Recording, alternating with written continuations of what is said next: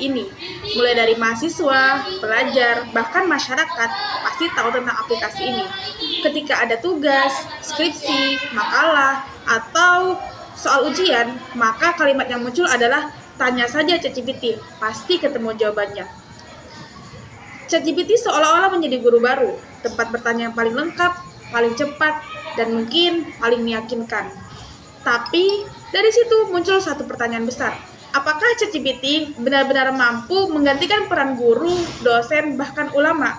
Hai semua, Assalamualaikum. Aku Ananda Suci. Mari kita bahas bareng-bareng. Di dalam Al-Quran, Allah Subhanahu wa Ta'ala telah berfirman di dalam Quran surah An-Nahl ayat 43. A'udzu billahi minasy syaithanir rajim. Wa ma arsalna min qablika illa rijalan nuhi ilaihim fas'alu ahla dzikri in kuntum la ta'lamun. Ya, artinya, dan tidaklah kami utus sebelum engkau Muhammad orang laki-laki yang telah kami berikan wahyu sebelumnya. Maka bertanyalah kepada mereka atau bertanyalah kepada orang-orang yang mempunyai pengetahuan jika kamu tidak mengetahui. Ayat serupa juga ditemukan di Quran surah Al-Anbiya ayat 7 yang berbunyi wa ma arsalna qablaka illa rijalan nuhi ilaihim fas'alu ahla dzikri in kuntum la ta'lamun. Dari dua ayat yang tadi, yang ingin kita highlight adalah kalimat fas'alu ahla dzikri in kuntum la ta'lamun. Yang artinya, maka bertanyalah kalian kepada ahlu dzikir atau orang-orang yang mempunyai ilmu pengetahuan jika kalian tidak mengetahui. Nah, dari sini kita akan coba bedah lebih dalam lagi. Kita akan coba mengutip daripada penafsiran Syekh Wahbah bin Mustafa Az-Zuhaili dalam kitabnya At-Tafsir Al-Munir fil Aqidah Wasyariah wal Manhaj. Dalam kitabnya di bagian Fiqhul Bayan, Syekh Wahbah Az-Zuhaili mengatakan alal awami su'alu ahli dzikri fi ma lam yakunu ya'lamuna bihi wa ahlu dzikri hum ahlul ilmi mutlaqan sawa'un bi akhbaril madina idal alimu bisyai'i yakunu dzakiran lahu aw bil kutubis samawiyyati sabiqati aw bil qur'ani wa bima an ahlu Makkata kanu mukirrina bi annal yahuda wan nasara ashabul ulumi wal kutub fa amarahumullahu bi an yarji'u fi mas'alata basyariyatir rusula ilaihim liyubayyinu lahum dha'fa hadhihi syubhati wa saqutuha fahumul ladzina yakhbirunahum bi an jami'al anbiya'i kanu basyarat. Ya, artinya masyarakat awam harus bertanya kepada ahlu dzikir menyangkut hal-hal yang mereka tidak mengetahuinya. Ahlu dzikir adalah ahli ilmu, baik ilmuwan tentang berita orang-orang terdahulu, karena orang yang memiliki ilmu tentang sesuatu, ia senantiasa mengingatnya, atau tentang kitab-kitab samawi terdahulu, atau tentang Al-Quran. Karena penduduk Mekah mengakui bahwa kaum Yahudi dan Nasrani adalah orang yang memiliki pengetahuan dan kitab. Allah Subhanahu wa Ta'ala pun menyuruh penduduk Mekah untuk bertanya kepada ahli kitab, yaitu menyangkut masalah kemanusiaan para rasul, supaya kaum ahli kitab menjelaskan kepada kafir Mekah tentang kelemahan opini sesat mereka. Kaum ahli kitab itulah yang menginformasikan kepada mereka bahwa seluruh nabi adalah manusia. Pada penafsiran tadi menjelaskan bahwasanya masyarakat Mekah pada saat itu kebingungan atau mempunyai opini-opini yang tidak tepat terkait kemanusiaan para rasul. Oleh karena itu, Allah Subhanahu wa Ta'ala memerintahkan kepada mereka untuk bertanya kepada ahlul kitab, orang-orang yang mempunyai ilmu pengetahuan, agar mampu meluruskan opini-opini sesat daripada masyarakat Mekah saat itu, yang mana terkait tentang kemanusiaan para rasul.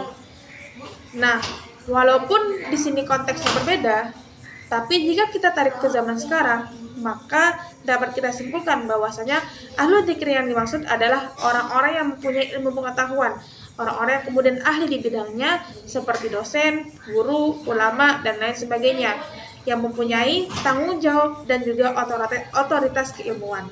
Nah, adapun orang-orang awam, orang-orang yang kemudian tidak tahu apapun, maka sudah sepatutnya dia bertanya kepada ahli dzikir ini, kepada orang-orang yang ahli di bidangnya atau kepada orang-orang yang punya ilmu pengetahuan ini. Maka pertanyaan selanjutnya, apakah ChatGPT bisa menjadi ahli dzikir? Maka tentu saja jawabannya tidak mungkin. ChatGPT tidak bisa disebut ahli dzikir. Mengapa? Di sini saya akan memberikan 5 alasan mengapa ChatGPT tidak bisa dikatakan sebagai ahli dzikir.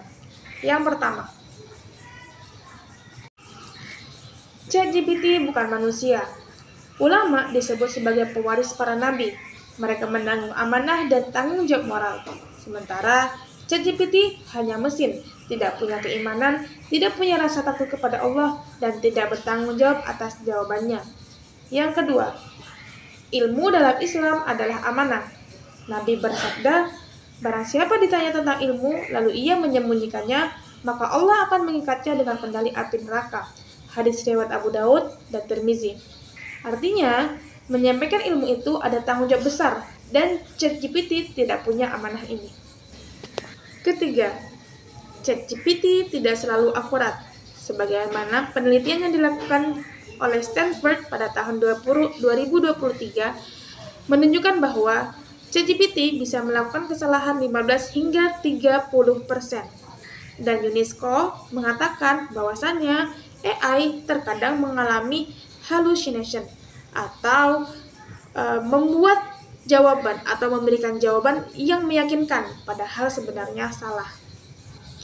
Keempat, ChatGPT itu tidak mempunyai dimensi iman dan akhlak seperti yang dimiliki oleh para ulama, sebagaimana yang difirmankan oleh Allah Subhanahu wa taala di dalam Quran surah Al-Fatir ayat 28, yang artinya yang takut kepada Allah di antara hamba-hambanya hanyalah ulama. Nah, di sini ulama bukan hanya tahu, tapi juga memiliki rasa takut kepada Allah, dan itu tidak dimiliki oleh ChatGPT. Yang kelima atau yang terakhir adalah ChatGPT hanya alat bantu, bukan alat pengganti. Al-Quran jelas memerintahkan kepada kita, fas'alu ahla dzikr, bertanyalah kepada ahlinya, bertanyalah kepada orang yang punya ilmu pengetahuan.